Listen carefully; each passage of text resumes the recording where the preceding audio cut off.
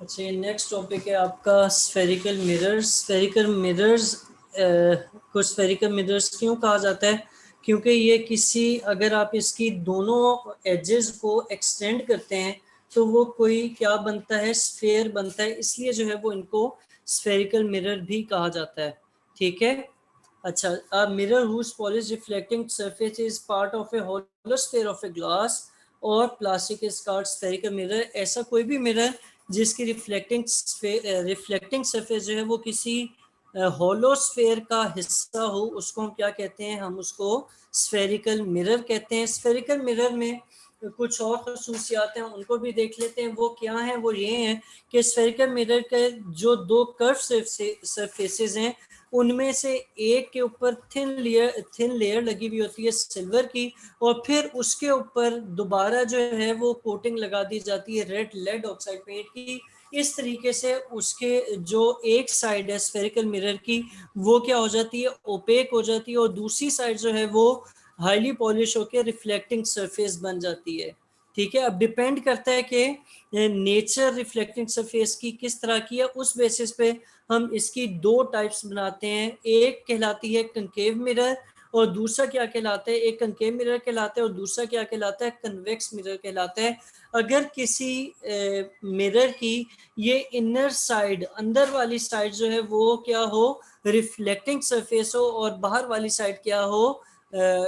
OPEC हो, तो हम इसको कहते हैं कंकेव मिरर। और अगर इसकी बाहर वाली साइड रिफ्लेक्टिंग सरफेस हो और अंदर वाली साइड ओपेक हो या नॉन रिफ्लेक्टिंग हो, तो फिर हम इसको नाम देते हैं कन्वेक्स मिरर का। ठीक है। अब कन्वेक्स मिरर और कंकेव मिरर की अलग अलग से डेफिनेशंस हैं, उनको भी देख लेते हैं। उनमें पहली डेफिनेशन आपके पास आ रही है कंकेव मिरर की। कंकेव मिरर की डेफिनेशन में लिखा हुआ है, ऐसा स्फेरिकल मिरर जिसकी इनर कर्व सरफेस रिफ्लेक्टिंग हो, उसको कहा जाता है कंकेव मिरर।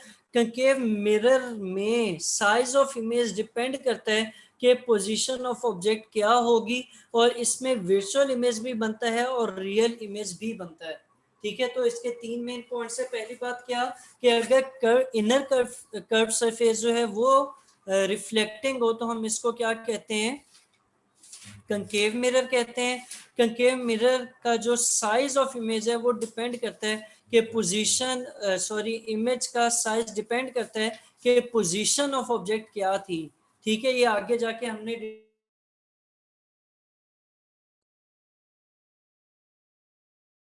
वगैरह वगैरह लेंसेज की इमेज फॉर्मेशन आपके कोर्स में है, और इसमें जो इमेज बनता है वो वर्चुअल भी बन सकता है और रियल भी बन सकता है। तो ये दोनों पॉसिबिलिटीज हैं कंकेव मिरर की। ठीक है। अब इसी तरह अगर हम कन्वेक्स मिरर को देखते हैं, जैसे कंकेव मिरर में कौन सी सरफेस रिफ्लेक्टिंग थी? इनर कर्व सरफेस रिफ्लेक्टिंग थी। तो स्फेरिकल मिरर में आउटर कर्व सरफेस रिफ्लेक्टिंग होगी। इसमें जो साइज ऑफ इमेज है वो हमेशा छोटा होगा ऑब्जेक्ट से, कि जो ऑब्जेक्ट होगा उससे छोटे साइज का इमेज बन रहा होगा, और इसमें सिर्फ और सिर्फ विजुअल और इरेक्ट इमेज ही बनता है। ठीक है। सही है। तो ये इन दोनों में तीन तीन मेन पॉइंट्स बनते हैं। अब आगे चल के इनके पार्ट्स को देख लेते हैं। पहला पार्ट जो कंकेव या कन्वेक्स मिरर का दिया हुआ है, वो उन्होंने बताया हुआ है क्या चीज है? वो है पोल।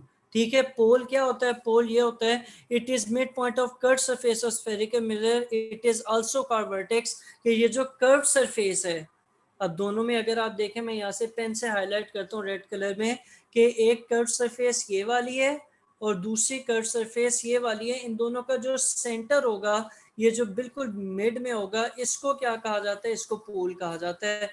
जैसे इसका भी ये वाला क्या है? पोल है। ठीक है।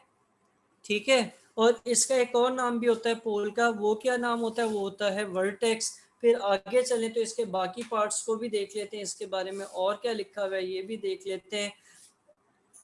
आगे आए ना नेक्स्ट पेज पे, ये लें जी। अब इसमें आपके पास सेंटर ऑफ कर्वेचर आ रहा है। सेंटर ऑफ कर्वेचर किसी भी स्फेरिकल मिरर का क्या होता है? हम लोगों ने अभी पढ़ा था कि जो स्फेरिकल मिरर है वो किससे बनता है भला? किसका पार्ट होता है वो? किसी होलो स्फेयर का पार्ट होता है ना।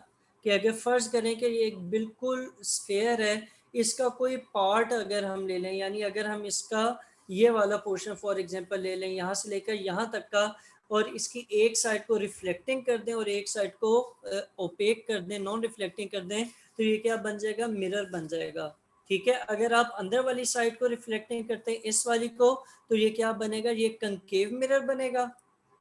ठीक है, और अगर आप इसकी बाहर वाली साइड को, इसको रिफ्लेक्टिंग करते हैं, तो ये क्या बन जाएगा, ये कन्वेक्स मिरर बन जाएगा।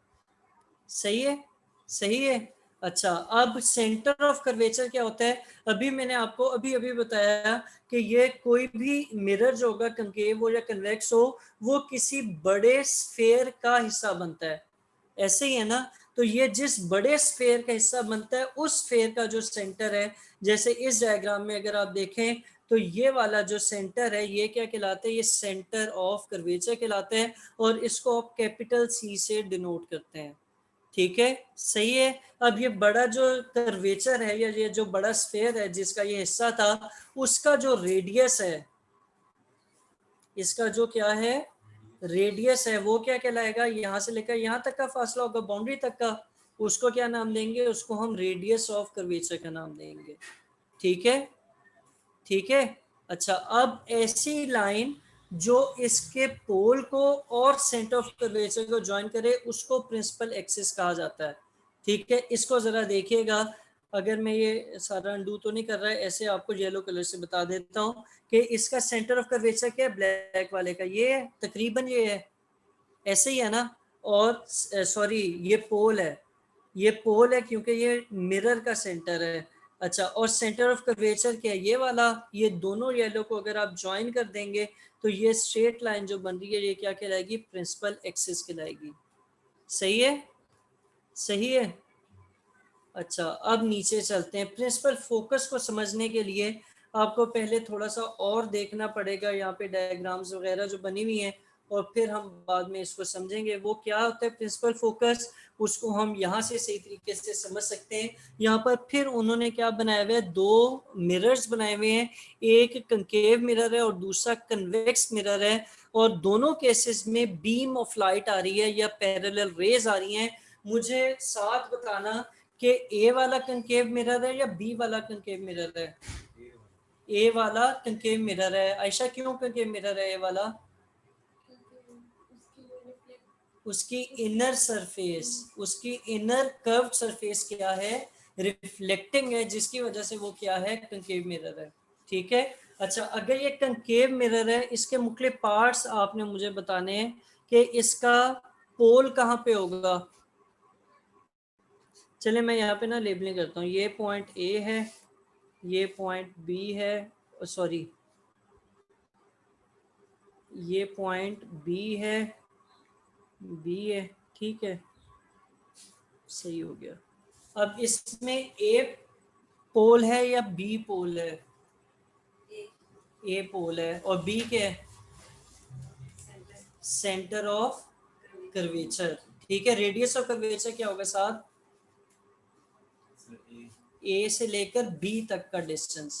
ठीक है, और ऐसी लाइन जो सेंटर ऑफ कर्वेचर और ए को ज्वाइन कर रही हो, इसको क्या कहते हैं, प्रिंसिपल एक्सिस कहते हैं। ठीक है, अब हम डिफाइन करने जा रहे हैं प्रिंसिपल फोकस को।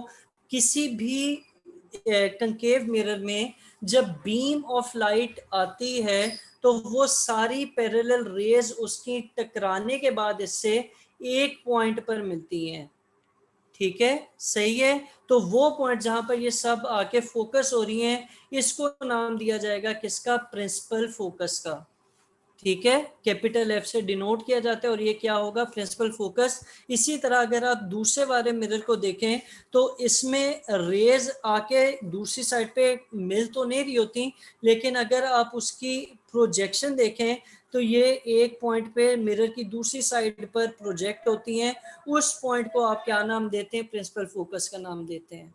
ठीक है, सही है। अच्छा, अब पहले वाले मिरर में अगर मैं इसे सारा क्लियर कर दूं, पहले वाले मिरर में ये सारी रेज आकर एक पॉइंट पर क्या हो रही हैं, मिल रही हैं, ऐसे ही है। तो हम मिलने को क्या कहते हैं कि ये एक पॉइंट पर आके क्या कर रही है, कन्वर्ज कर रही हैं। तो इसलिए आप कंकेव मिरर को कन्वर्जिंग लेंस भी कहते हैं।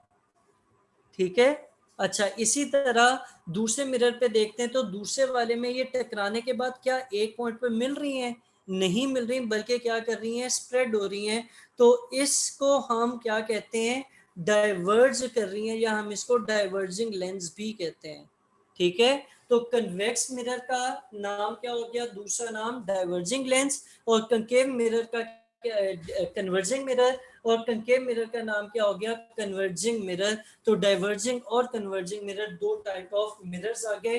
कंकेव मिरर को मैं फिर रिपीट कर रहा हूँ, क्या कहते हैं? कन्वर्जिंग मिरर भी कहा जाता है। और जो कन्वेक्स मिरर है इसको डाइवर्जिंग मिरर या डाइवर्जिंग लेंस आगे जाके पढ़ेंगे, वो डिफरेंट चीज होती है। डाइवर्जिंग मिरर भी कहा जाता है। ठीक है? ठीक है साद, अलीना, आयशा। अच्छा जी, अब इधर आके इनके करेक्टरिस्टिक में भी फर्क देख लेते हैं कि corrective focus of concave mirror और कन्वेक्स मिरर के करेक्टरिस्टिक्स में क्या फर्क है।